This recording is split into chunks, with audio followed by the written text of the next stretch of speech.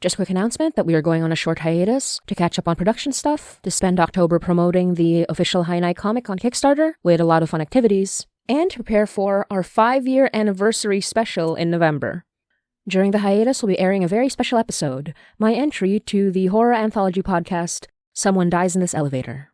It'll be a standalone horror story focusing on the interpreter, who you might recognize from my 9 to Midnight entry from last year, and her time working as a morgue worker in the Philippines during the Duterte era. It'll be a dark and spooky and terrifyingly appropriate episode to kick off October. Thank you as always for the support. We couldn't do Hainai without you. Maraming salamat. Hey everyone, we've got an official Hainai comic coming out soon. Remind me to tell you later. Encanto. This comic will feature a younger Mary back in the Philippines, encountering a terrifying yet affectionate Encanto in the woods. It will be part of a 100-page Filipino horror comic anthology, the Pinoy Monster Horror Anthology, which you can now find on Kickstarter. The project launches officially on October 1, so please follow the page and stay tuned for the official launch this Halloween season.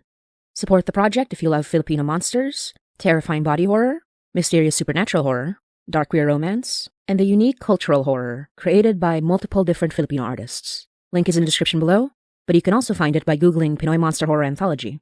Go on to the Kickstarter page and hit Notify Me on launch. We've only got 30 days to hit our goal, so we appreciate all the support. Maraming salamat. Thank you. We'd like to give a special shout out to the following people for making this episode and the rest of Act 3 possible. Louis, Malaya, Reg, Daniel Athern, Osterkim, Vanna, Finch, Dr. Dan Venning, Sleepless Berry, Court, Rogue Canoe, John and Muna, Sadie, Zay the Great, Elliot Kane, and Trident. Thank you for your support. Maraming salamat.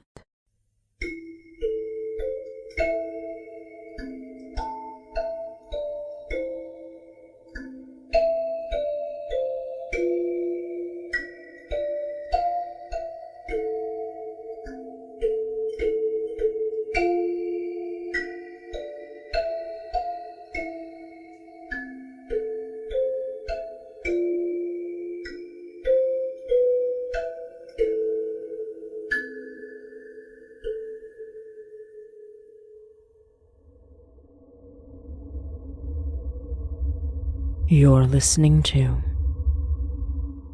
Hainai by Motsi Dapul. Episode 69. Pangarap.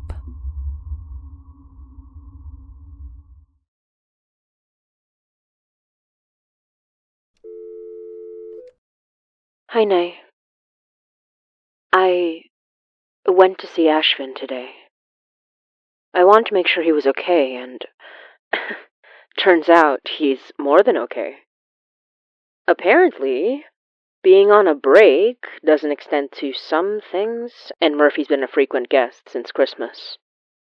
No judgment from me, I just want them back together, you know? He and Murphy, they were good for each other. Still are. But I needed to get some advice, so I asked him about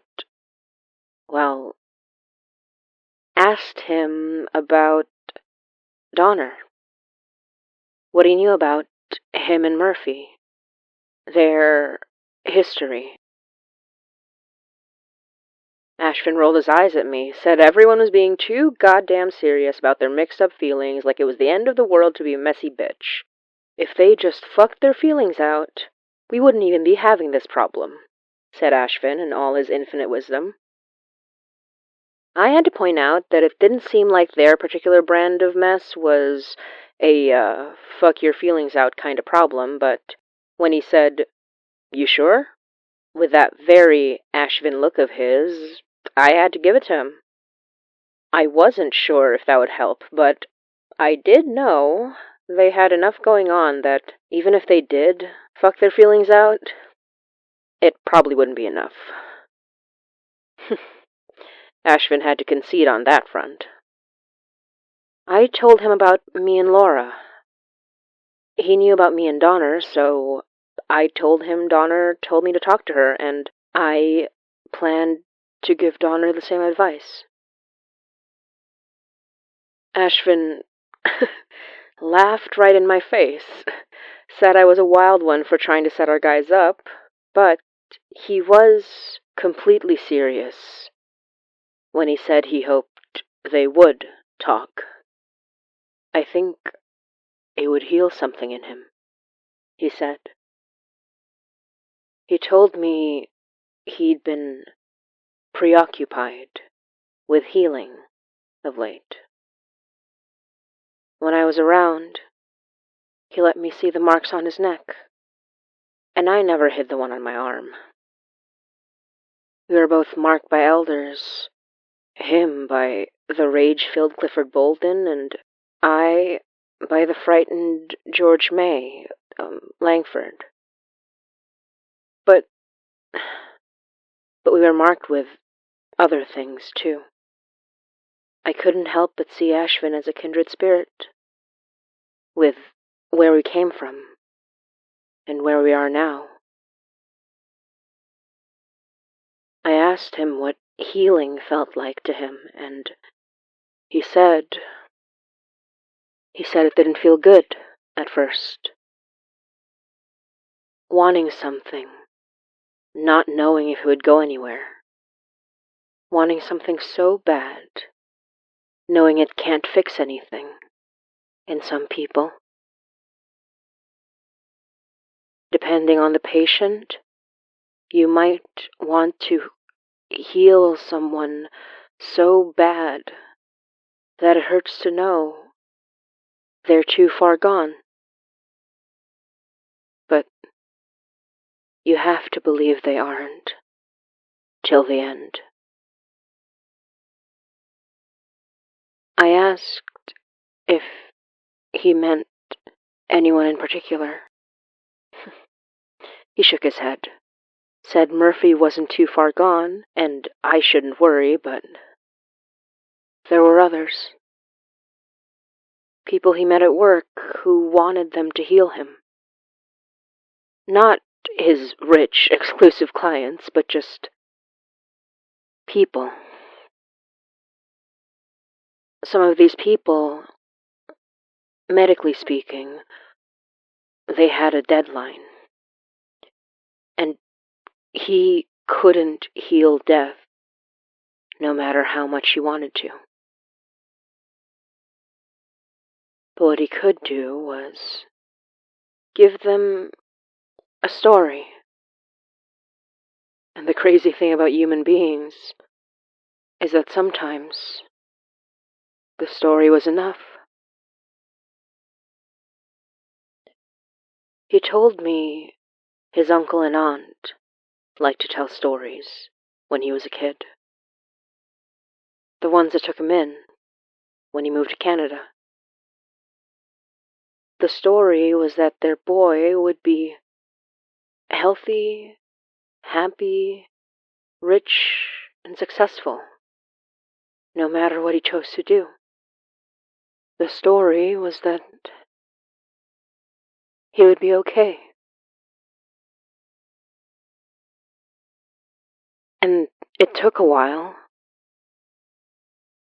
but that story came true eventually. And it wouldn't have if they didn't tell it. I asked him what stories he told now. He shrugged. Nothing fancy, he said. Just the same one his guardians told him. That we'd be okay. We wouldn't know if it was a true story until later, but it wouldn't have a chance to be one if we didn't believe in it. So he told me to believe it, and told me I should say what I needed to say. To Donner. But he joked that if Murphy broke up with him for real, he'd blame me. And I said he couldn't blame me if the sex was that bad, and he smacked me all the way out the door, while I laughed harder than I'd laughed in a while.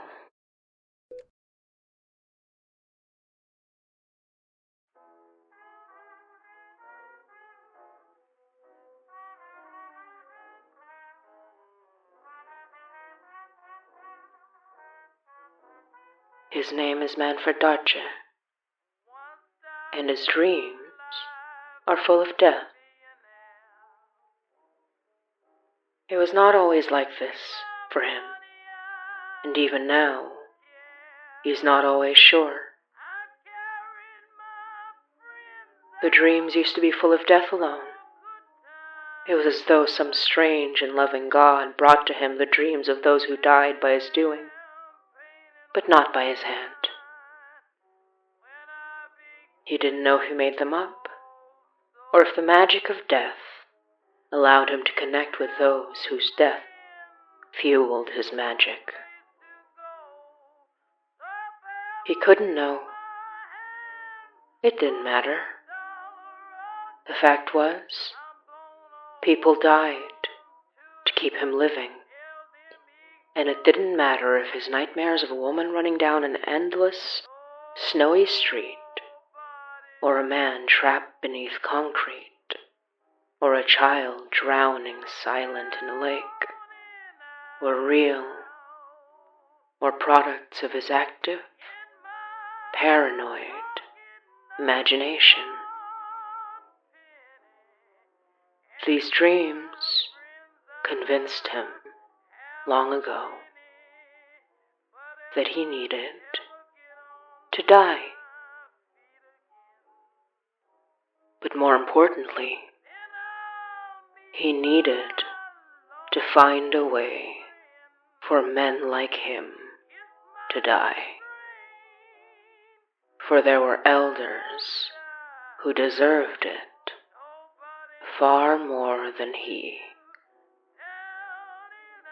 A way that did not wait for the strange, unknowable justice of the long winter. A way that did not require a war that would destroy the ordinary lives that would be swept up in it. To know how to kill an elder, to kill many elders, to kill all the elders at once. Manfred conducted experiments on the only elder that would allow such a thing. Himself. He carved symbols of old magic into himself, trying to find what could poison their elder magic, such that no ordinary innocence would be swept up in the purge. It diminished him. It deteriorated him. But in his research, he found no outcomes to his satisfaction, realizing that it was not something he could achieve without power, something he would not seek the way Thompson did. So he studied, and he worked, and when he found time to sleep, he dreamed.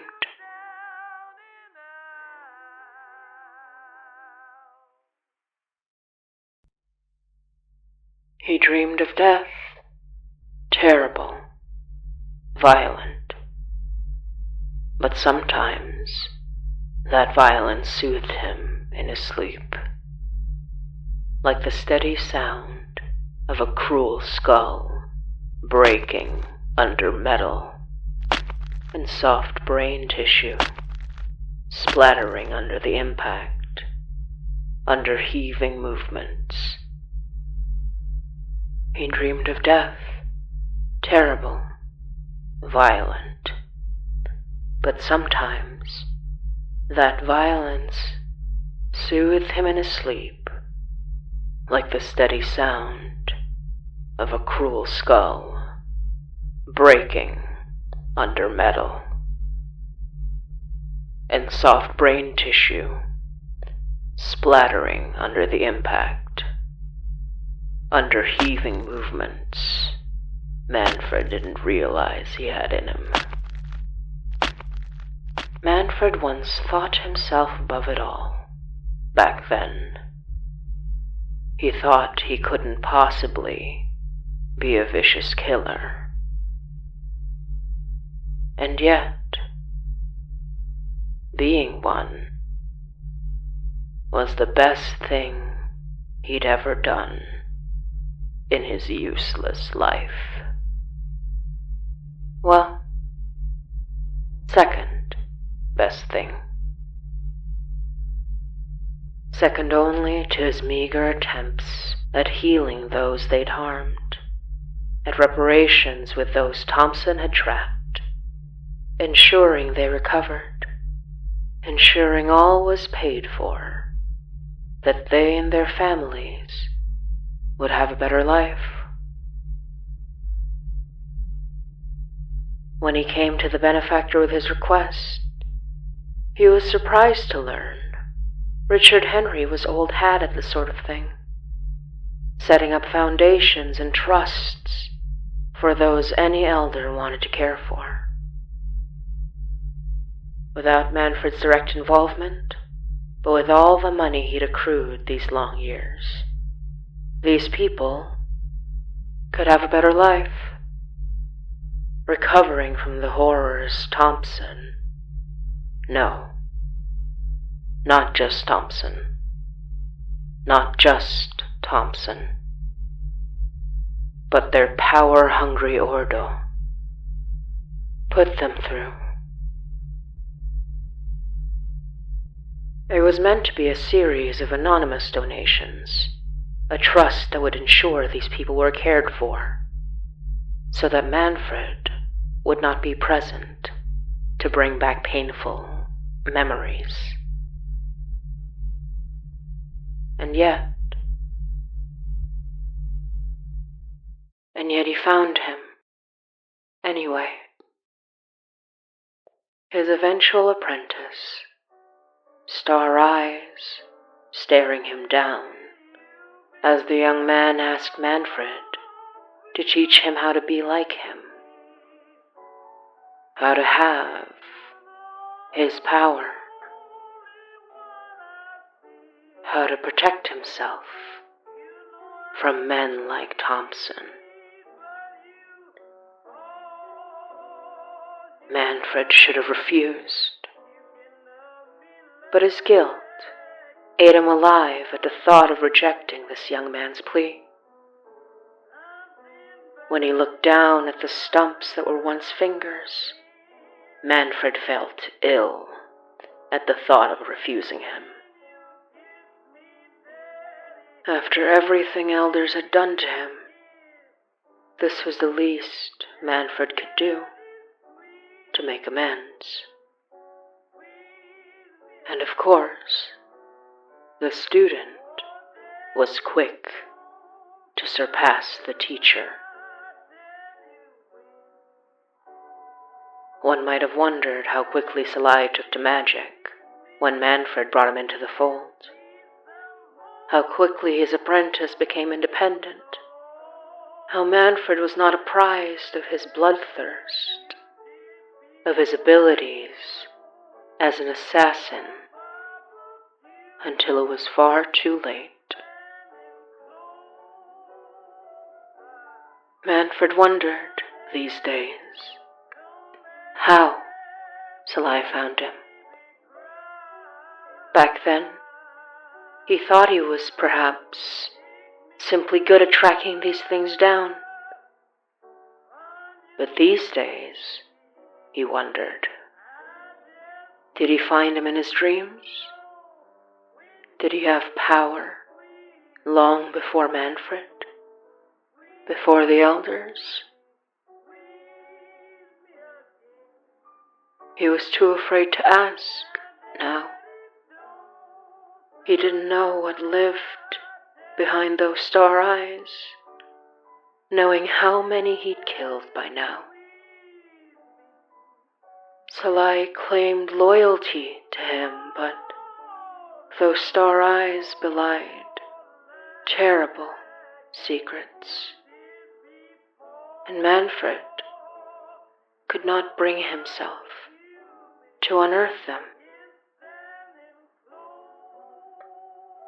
In some ways, It didn't really matter.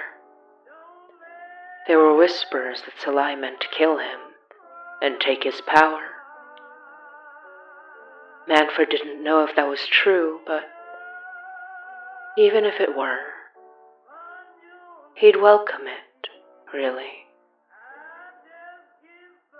It was the least he could do for him. If that was his dream, well.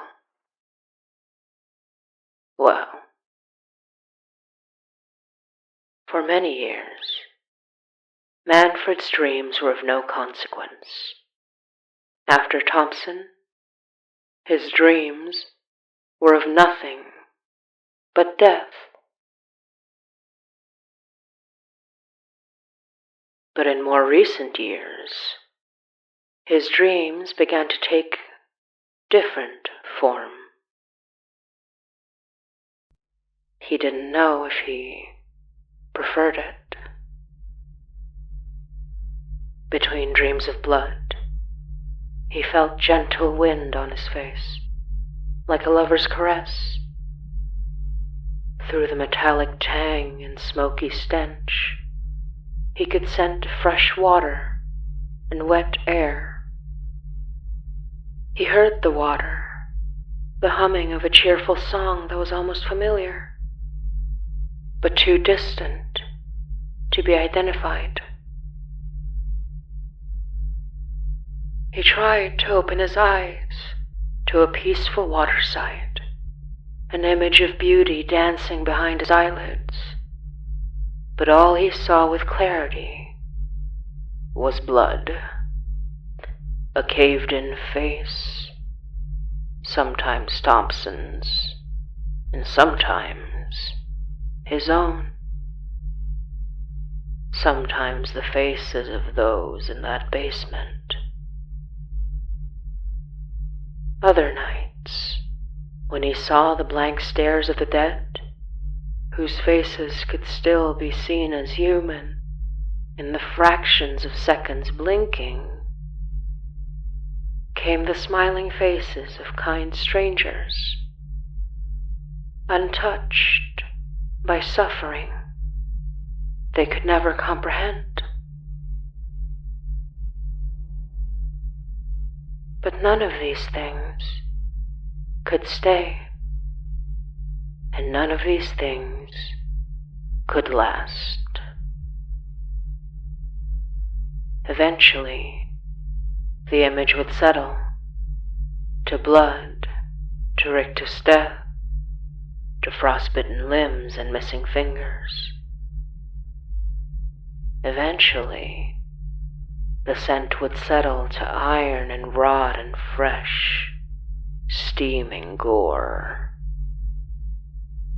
Eventually, the sounds would settle to cold silence and quiet moans, to tortured screams and choking, drowning begging, sharp, blunt, shattering, breaking, wet noises. And yet, it was strange, but the dream shifted again. No longer brief, quick, forgotten moments of sweetness. No. This time, a soft finger pressing down on his cracked lip before a mouth on his own. A caressing, sweet hand, warm across, down his body. A weight bearing down on him, but not the tight, crushing weight of drowning or burial, but the weight of a hot body, rocking against his, casting fire in his veins, with gentle touch and soft lips, breathing life back into the living corpse that he'd been for so long. Such strange, delicious, pleasure-filled dreams. Manfred did not know where they came from, and he knew he did not deserve them. Still, the nightmares came. No matter the dreams of gentle kindness or raw, living pleasure, death overrode them all. He wondered where they came from, where they all came from. They had been with him for so long now. Perhaps from the same strange, loving God that reminded him of how his very existence scarred the world. Or perhaps from... It was a thought he did not care to entertain, for nobody ought to look at him with anything but contempt, especially not.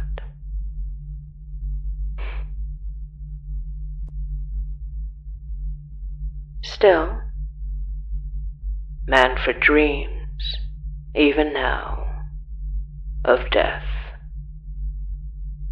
Manfred, though he disdains his own existence, has found the answers he has searched for. A way to kill every elder, all at once. Though he has his reservations. For there is one elder he wishes to save, above all others. One that could have power, even without the elder magic, if he's right about his suspicions. Not that it matters. Manfred doesn't have the power required to enact his plans. But if he found a way to access that power, well, he fights a different war from all the other elders, if one would even call it a war. Given the chance, Manfred would purge the earth of elders and leave nothing behind. If he had the power. If he had the power of a god, or something close. Just something to consider.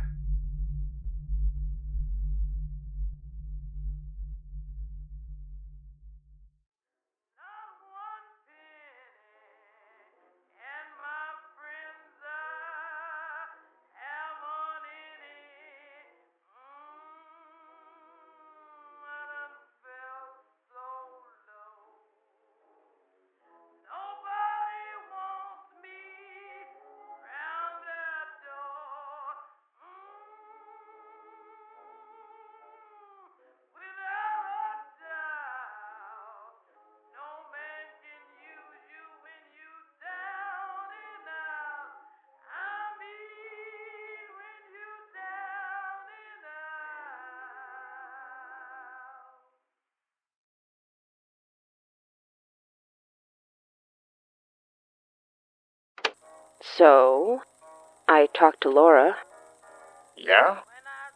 How long have you known? I couldn't say when I clocked it exactly, but a while. Honestly, expected you two to be an item, but things don't always work out the way you expect. Okay, Mr. All-Knowing Detective. If you have all the answers, then you must know what I'm about to tell you. You're breaking up with me? What? No! Oh my God, what's wrong with you? It was just a possibility. thought I'd rule it out. How can a guy as smart as you be so stupid? Wait, do you want to break up? No, of course not. I just want you to be happy. And I know Laura makes you happy. You make me happy too, even when you're being stupid. It's not an either-or situation for me. I love you both, but I'm with you, and I wanted to ask you how you would feel if I was with her too.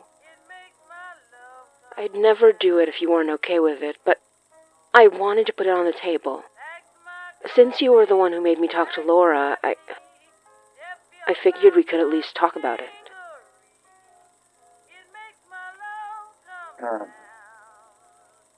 This doesn't sound like it should be my choice.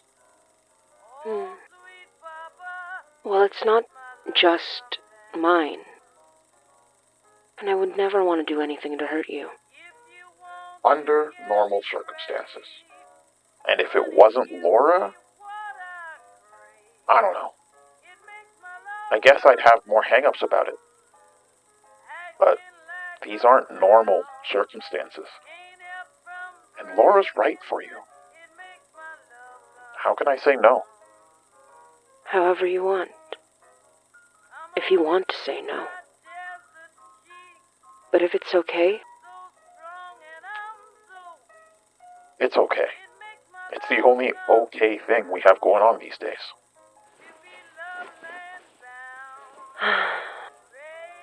Thank you, Mahal. You don't gotta thank me for anything, baby. Well, I'm doing it anyway, so...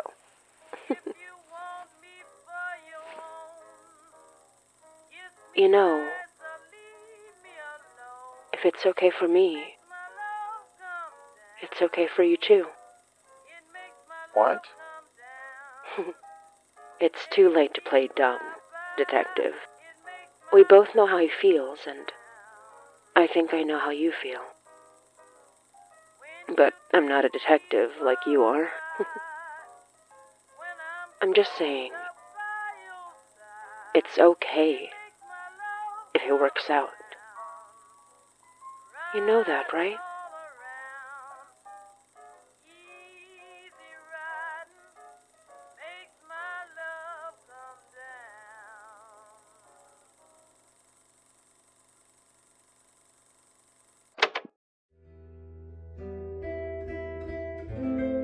You're listening to Hainai by Motsi Dapul.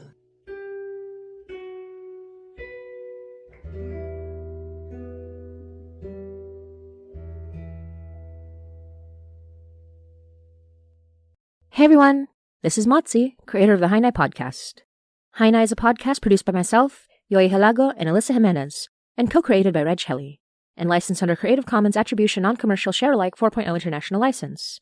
This episode was co-produced by Jessie Goodsell, and written and directed by Motsi Dapul, who also plays the role of Mary Datuin. The role of Donner is played by Leon Johnson. Special thanks to Edward McKee for assisting in the writing process. If you'd like to chat with other listeners when episodes go live, we do a live premiere 3 times a month on Sundays at 9 p.m. EST or Toronto time on our YouTube channel, youtube.com/HainaiPod. To help support the production of Hainai, you can subscribe to our Patreon, patreon.com/HainaiPod. You'll get to listen to episodes ad-free and get to be part of our early access program, where episodes are released 3 days early on Thursday at 9 p.m. EST or Toronto time. You can also get bonus audio, art, video, and much more. Speaking of Patreon, we'd love to give a shout out to the following patrons for all their amazing support: Emily C., Lauren Martin, Prinks Variety, Kathy S., Dee Chanuk, Johnny Demented, Maya B., Chandra, Adge W., Tony Baloney, Nay, Poyo, Phoenix Luna, Kate Jordan, Tiana Harvey, Dracukard, Sabine, Ben, Sean, Josh the Alchemist, Jess Snow, Maddie Remigio, Talon, Nanette Dapul, Mika, Matthew Upton, Anna, Sooks, Becca Terrier, Amelia Brownstein, Diana Cause, Melissa, Emma H., Faye Fungi, Pablo Neurotic, Astra Kim, Evie Smith, Megan, Jessie Goodsell, Malaya Light, and Victoria Goodwin. If you can't subscribe monthly, you also have the option to buy us a milk tea on Ko-fi, ko-fi.com/hinaypod, HINAYPOD. You can even buy ad-free episodes over there if you purchase our Hinay album, which has the ad-free, credits-free version of our episodes from Act 1 and 2. You also get this album for free as a patron. Check out our website, hinaypod.com, for more news and updates. And don't forget to follow us on all socials, on Twitter, Tumblr, Instagram, Facebook, and now Blue Sky. Hinay is available on Acast and wherever you listen to podcasts. We hope you enjoy our Act 3 episodes. And as always, thank you, we love you, and hanggang sa muli.